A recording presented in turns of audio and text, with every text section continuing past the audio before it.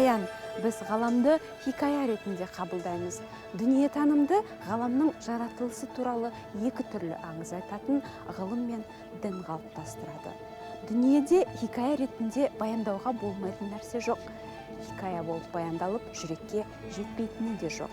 Кез келген кино баян кино сценарийден бастап алады. Киноскопқа қош келдіңіздер. Бүгін біз кино сценарийлер туралы айтамыз.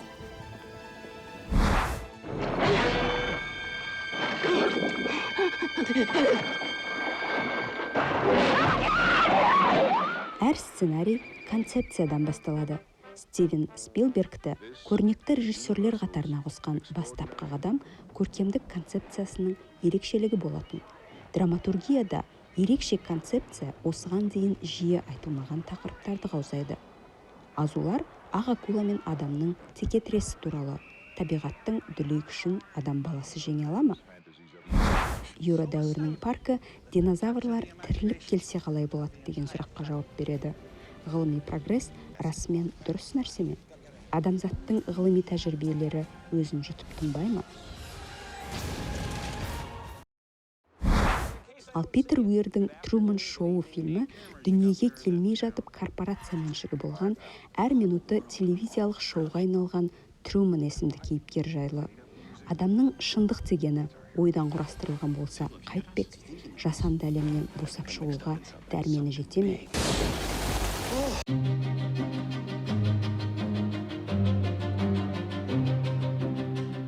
Байқасақ, кинода не туралы деген сұрақ сюжет деңгейінде ғана емес, тақырып пәлсапа деңгейінде қойылады.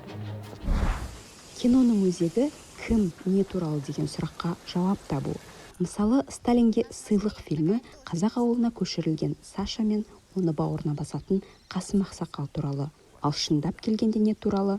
Шындап келгенде бүтін ұлттарды түбірімен қопарған, талай тағдырларды жылатқан кеңестік озбыр саясат туралы. Қазақ ақсақалының мейірімі туралы. Сол арқылы халықтық гуманизмге бас ию, яғни оқиға тасасында көлемді тақырып тұрады.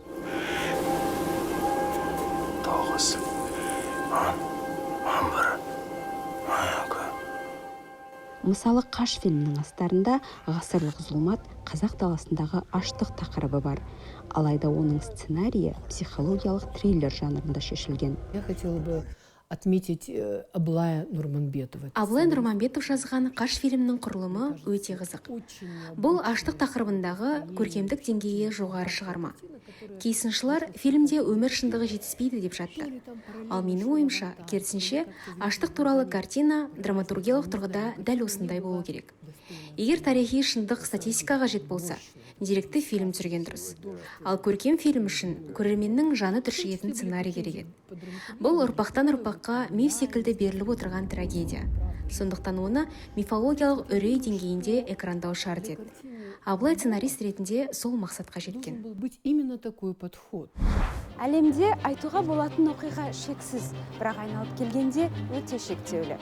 Әр адамның өмірі қайталанбас баян, бірақ оның бәрін санаулы сюжеттік желіге сыйдыруға болады. Жорж Болти, Владимир Проб, Рональд Тобиас. Бұл зерттеушілер әлемдегі үнемі қайталанатын фабула саны 36, 31 және 20 деді. Фостер Харрис пен Кристофер Брукер оны жетеуге қысқартты. Ол, мысалы, 36 драмалық ситуация бір-бірімен комбинацияға түседі. Яғни сіздің, мысалға, фильм жағдайында бір сюжеттік желінің ішінде бірнеше фабулалар комбинацияға түседі. Сөйтіп, ол жаңа бір оқиғаны, жаңа бір сюжетті түзеді, жаңа бір ойды түзеді. Немесе ол уақыт пен кеңістікке байланысты тағы да түрленеді. Ол жанрға байланысты тағы да түрленеді. Сондықтан бұл жаңағы мыңдаған, миллиондаған жаңа оқиғалар осыдан туындай береді. Заманауи қазақ комедияларында, мысалы, бір ғана фабула бар. Екі жастың жарастығы, олардың қосылуына қандай да бір кедергі және үйлену. Жігіт қызды сүйді, оған жету жолында өзінен гөрі ықпалды тағы бір жігіт бар. Қыздың әкесі өзінің қызын жаңағы екінші жігітке қосқысы келеді. Бұл Қыз жібек фильмі ме, жоқ әлде Махаббат бекеті ме? яғни бір нәрсе, бір тақырып түрлене отырып уақытқа сәйкес жаңа дүниелер тудырады. Немесе егер Ермек Тұрсыновтың «Шал» фильмін Хемингуэй әңгімесінің желісі бойынша деп айтпаса, біз оны білмес едік. Өйткені ол басқа кеңістікте мүлде басқа бір оқиғаны тудырып тұр. Сондықтан жазушының міндеті жаңағы 36 фабуланы білу немесе соның шеңберінде жұмыс істеу емес, ол жаңа тың туынды тудыру. Кез келген сюжет кейіпкердің жағдайы өзгеруінен түзіледі. Өрлеу мен құлдырау, құлдырау мен өрлеу. Өзгеріс жоқ жерде оқиға да жоқ. Америка жазушысы Курт Воннегуттың түсіндіруінде фабула адамның эмоциялық күйінің құбылуы ғана. Ханзада болған қайыршы, қайыршы болған ханзада, махаббат жолында қиындықты еңсеру, көтеріліп барып құлдырау, күл қыз, яғни көтеріліп құлдырау, құлдырап барып қайта тұру. Және Эдип құлдырап көтерілу, сосын қайта құлдырау. Романтикалық комедияда қыз бен жігіт кездеседі, бірақ әлдебір кедергі туып, олар оны бірге еңсереді, немесе еңсермейді. Мұндай фильмдер бізді ертегідей махаббат барына сендіргісі келеді. Ал жаздың 500 күні сияқты баянсыз сезім жайлы фильмдер махаббатта жолы болмаған жандардың жан жарасына дәру.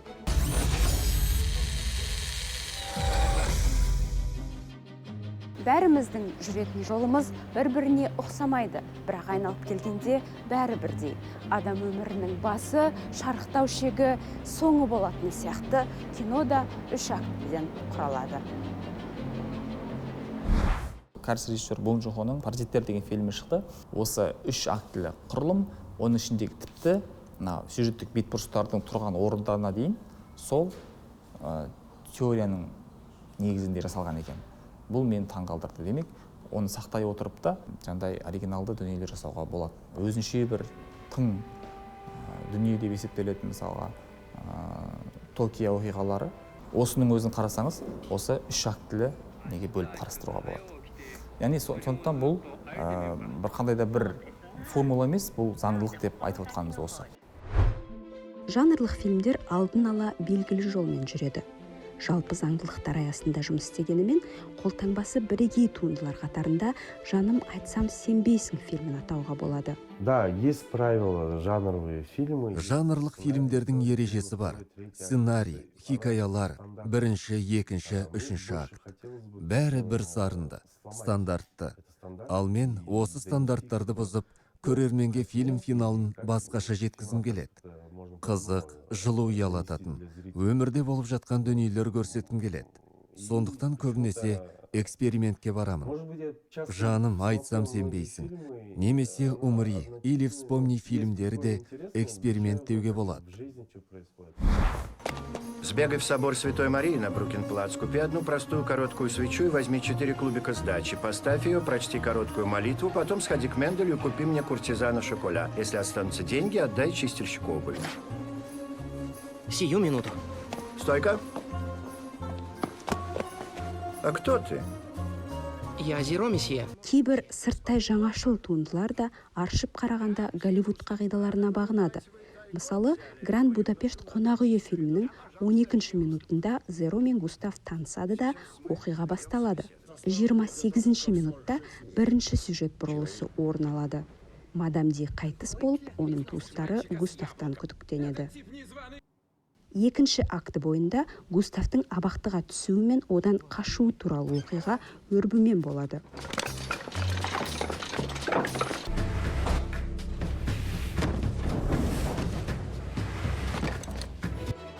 Сексен 66 минутта екінші бұрылыс орын алады. Қонақ үйде барша байлық та Густавқа мұраға қалған.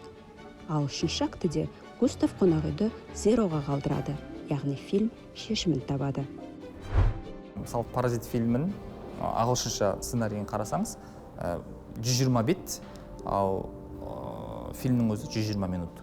Ол жақты Голливудтың кез келген фильмнің студия арқылы шығарылған кез келген өнімін қарасаңыз, әр беті 1 минутқа сәйкес келеді. Ол өзіміздің тәжірибемізден де өтті. Мен өз тәжірибемде қазақша фильмдер түсірген кезде бұл екі еселенеді. Өз тәжірибемде 1 бет 2 минутқа созылады. бұл енді жаңағыдай стандартты голливудтық сценарий үлгісімен жазылған кезде. Неге олай дегенге мен жауабым, бізде жалпы актерлар баяу сөйлейді. Ал енді авторлық фильмдерде мысалға 15 беттен үлкен фильм шығаратын режиссерлар бар. Кей фильмдер, әсіресе авторлық фильмдер ережелерге бағынбайды. Оқиғаға, қақтығысқа жетелемейді. Мысалы, Теренс Маликтің «Өмір ағашы», Андрей Тарковскийдің «Айна», Алехандро Иньярритудың «Бардо» немесе Федерико Феллинидің «Сегіз жарым» сияқты фильмдеріне оқиғалар емес, ассоциациялар, жеке сезіністер түрткі болады. Біз айтатын оқиғалар өзімізге шынайы болып көрінгенімен шындыққа жанаспауы да мүмкін. Адам жадысының өзі тұрлаусыз. Акира Куросаваның «Рашомон қақпасы» дәл соның көрінісі. Самурайдың өлімі туралы сот үстінде қарақшы самурайдың жесірі мен әруағы 3 түрлі оқиға баяндайды. Соңында бәріне куәгер орманшы мүлде бөлек хикаят айтады. Сонымен самурайды кім өлтірді? Және ең бастысы, адам бойындағы кереғарлықты кеше аламыз ба? Немесе Ален Рененің былтыр Маринбатта картинасын алыңыз. Ер мен әйел, бірі былтыр кездестік дейді, екіншісі кездеспедік дейді. Қайсыныкі естелік, қайсыныкі қиял? Шындыққа жету мүмкін бе? Егер мүмкін болмаса, әлем деген әркім әртүрлі еске сақтаған хикаят немене?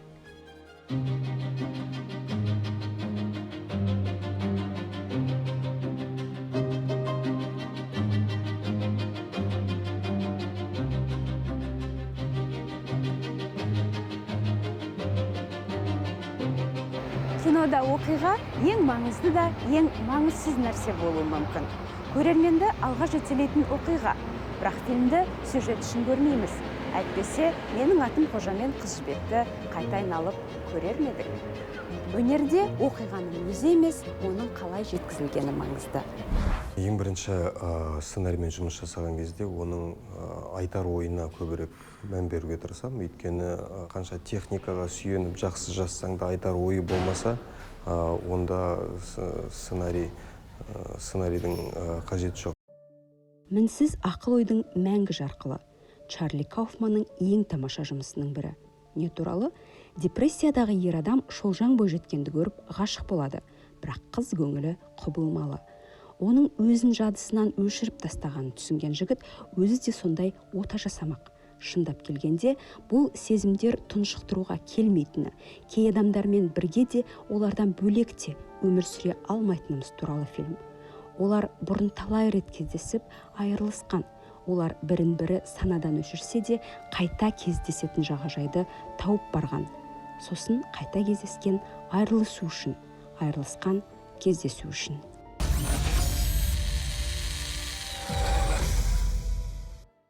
Әр хикая баяндалуға лайық, кейіпкеріңіз патша да, жарлы да болуы мүмкін. Ең бастысы, адам жанын арши алған шығарма жүрекке жетеді. Әр хикаяда үйренетін де, жиренетін мән жетерлік. Табысты фильмде қаһармандардың да бойында кілтипаны болады. Темір адамның өзімшілдігі, Клинт Бартонның кісігейіктігі, халықтың өзіне сене алмайтыны, Тордың қызуғандылығы оларды мінсіз батырдан гөрі қарапайым адамға жақындатады. Джозеф Кэмпбелл өзінің «Мың кейіпті қаһарман» деген кітабында кейіпкерлердің бәрі бір жолды жүріп өтеді дейді. Ғасырлар бойы жер бетінде айтылған әңгімелерді бір сөйлеммен түйіндеу керек болса, кейіпкер жолға шығады, кедергіге кездесіп, ақыры жеңіспен оралады. 90 ауыз сөздің тобықтай түйіні осыған саяды. Ертегі аңызға құрылған оқиғалар ғана емес, Шәкен Аймановтың «Атамекен» фильмі де сол үрдісті жалғастырады. Бас кейіпкерлер жолға шығады, көп қиындықтар көріп, ақыры мақсаттарын орындап оралады. Неге мұндай үлкен? Бауырлар бейді. Сенің бауырың осында ма? Жоқ, бауырлар деген басқа мағынада. Бұлардың бәрі бірге соғысып, бірге қаза болған. Менің әкем ше? Оқып көр.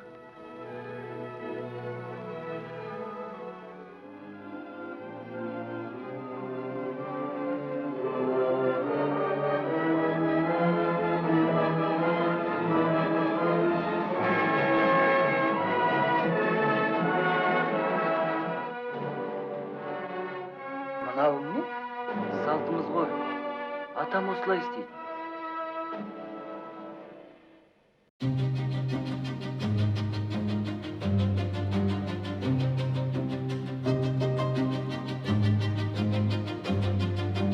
Альфред Хичкок ұлы фильм жасау үшін 3 нәрсе керек. Сценарий, және сценарий деген екен. Ал сценарийдің негізі қақтығыс. Кейіпкерлер кедергіге кездесу шарт. Кедергі адамда, жағдайда, бүкіл әлемде, тіпті өзде болуы мүмкін. Ол Томиристің әкесін өлтірген дұшпандары ма, патшалығына қызыққан Кир патша ма, немесе 127 сағат фильміндегі Аронның тас ортасына қысылып қалған жағдайы ма, әйтеуір кейіпкер күресетін әлдекім не әлдене бар. Әрине енді фильм ол драматургиялық негізі бар шығарма болғандықтан міндетті түрде осындай драматургиялық қақтығыстардың, шиеленістерінің орны ерекше. Қазақ киносының мысалында атап өтсек, Қыз жібекте Төлеген мен Бекежанның қақтығысын айтсақ болады. Сондай-ақ Қилы кезең фильмінде мысалы Бай Жүніс және Тоқтардың екеуінің бейнесі. Драмалық қақтығыс адамның өз ішінен туындауы мүмкін. Мысалы, эмоциялық күйді экрандау шебері Даррен Аронофскийдің Қарағу фильмінде Нинаның негізгі жауы өзі. Сахнада мінсіз өнер көрсетуді бәрінен жоғары қойған ол мінсіздік үшін өмірін қияды. Эндрю Никол жазған Труман Шоу фильміндегі Труманның негізгі қарсыласы оны көк жәшікке қамаған бүкіл әлем. Сонымен бірге оның негізгі кемшілігі теңіз үрейі. Труман еркіндік үшін қорқынышын жеңеді. Шиеленіскен оқиға шешімін табады. Если говорить вот о том ярком явлении. Қазақ драматургиясындағы жарқын есім ретінде Дос Мұқасан фильмінің сценарийсі Ефрат Шәріповті атауға болады. Неге десеңіз, картина режиссура жағынан да, тақырыбы жағынан да үлкен резонанс туғызды. Бірақ ең бастысы әрине драматургия. Өйткені Дос Мұқасанның тарихын, топтың қалай құрылғанын, қандай кедергілерге тап болғанын жазу керек болды. Кеңес саясатымен текетіресін, неге орысша айтуға мәжбүр болғанын түсіндіру керек болды. Ал олар әнді қазақша айтқысы келді. Осының бәрі сценарийде сауатты, кәсіби түрде өрілген. Итак, встречаем Дос Мұқасан.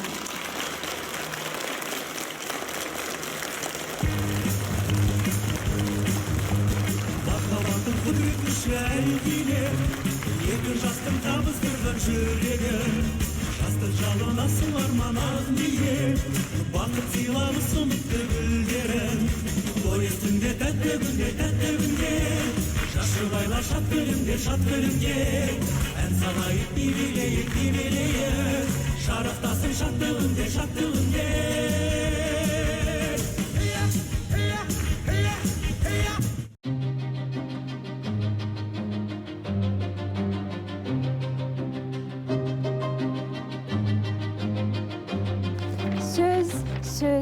Сөз. Кей фильмдерде кейіпкерлер сөйлемесе де бәрі түсінікті.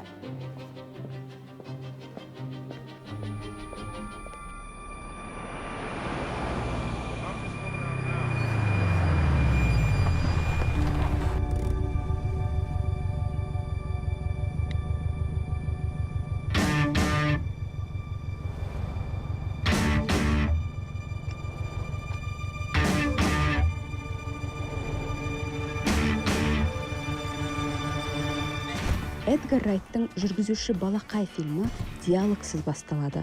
Алғашқы 10 минутта біз бас кейіпкер тыңдайтын музыкадан тыс бірде-бір сөз естімейміз. Бірақ тонау операциясы да, одан қашудың шытырманы да көз алдымызда. Сөз артық.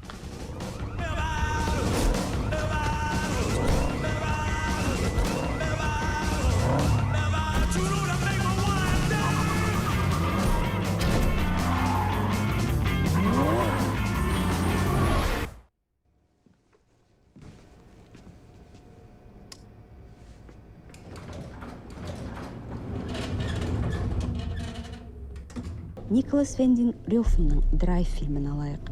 Жедел сатыдағы сахнада бірде-бір сөз айтылмайды, бірақ бүтін драма көрсетіледі. Лифтке алаңсыз кіру, қауіпті алғаш сезіну, Иренді қорғау, сезімін білдіру және айқас. Қатыгездік, Иреннің сескенуі, лифт есігі ашылғанда ол лып етіп сыртқа шығады және лезде мүлдем басқа кеңістікке өткендей. Екеудің арасындағы кенет пайда болған еңсерілмес алшақтық. Ирен мен жүргізуші екі бөлек әлемде өмір сүреді. Атыс шабыс фильмдерінде кейіпкерден ақылды әңгіме күтпейсіз, ал экранда әрекет неғұрлым аз болса, фильмде соғұрлым диалогқа құрылады деген сөз. Кеңсе хикаясы әлеуметтік желі Facebook басшысы Марк Цукерберг туралы. Мұнда әр сөз маңызды. Алан Соркин заманауи Голливудтағы ең табысты сценаристің бірі. Себебі мөрдің оғындай диалогтары оқиға қозғаушысы. Өмірде бәріміз от ауыз орақ тілді шешен емеспіз. Көңілдегі көріктой ауыздан шыққанда өңі қашып, сансаққа бытырап кетуі де ықтимал. Кино кейіпкерлері де солай сөйлесе, не сайып? Амангелді Тәжібаевтың ақырғы аманат фильмі. Оразмергеннің Ғұбайдолламен бақылдасуы шырайлы сөз, құйқалы тіркестермен өрледі. Оның еш жері де жасанды емес, маржандай тізілген сұлу сөз. Қолыма бұғау, аяғыма кісен салдыңдар-ау. О заманда бұл заман, аманатқа қыз алғанды қайдан көрдің? Салтты бұздыңдар. Бүкіл серкәулетін маған қарсы қойдыңдар.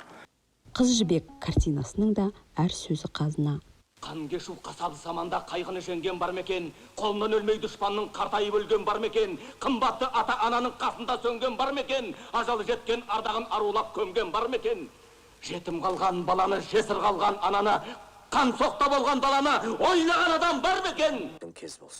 Кей фильмдер осындай сұлу сөз қуамыз деп әдебиет пен киноны шатастырып алады. Кейіпкерлері тым жасанды, шұбалаңқы тілмен сөйлейді. Көп күттіріп сағындырып, жолдарыңыз тым ұзарып кетті ғой. Біз қанша кешігіп жеткенмен, бұлттан шыққан күндей болып, өзіңде жарқ ете қалды. Жүрегімді жұбантарлық бір жаңалық айтпас бекенсіз ғой. Сөз байласып серттесіп қойғандай, алабұртып тұрсыз ба? Иә. Айдың көлін аңсап жеткен аққудай, сағынып ақ келгенім рас еді. Ана күннің қызы. Қолма, Қасым қарындасы. Қасым, енді тағы бір жігітімен күшін асай. Егер жеңсем, мені қарындасыңмен таныстырасың. Жау жүрек мың бала фильмінде кейіпкерлер тарихи тілді тірілте алмай, қасаң аудармамен тақыл-тұқылдап қалады.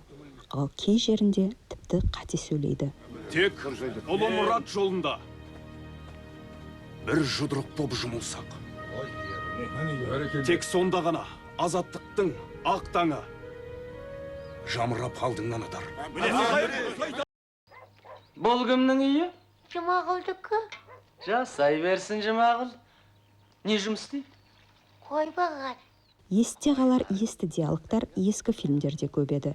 Менің атым Қожа фильмінде комедиялық диалогтар есте қалды. Фильм өмір шындығын экрандағысы келсе, адамдардың өмірдегі сөйлеу әдебі мен мәнерін сақтайды. Табиғи диалог жазудың шебері Ноа Баумбахтың бір ерекшелігі, кейіпкерлері кейде жағаласып, кейде тым қарабайыр тілде сөйлейді, кейде сөйлемдерін аяқтамайды, кейде бос сөйлеуде мүмкін. Бұл кемшілігі бар кейіпкерлер мен кемшілігі бар қарым-қатынастар, және ол біздің жанды жерімізге тиеді. Өйткені бәріміз де сондаймыз.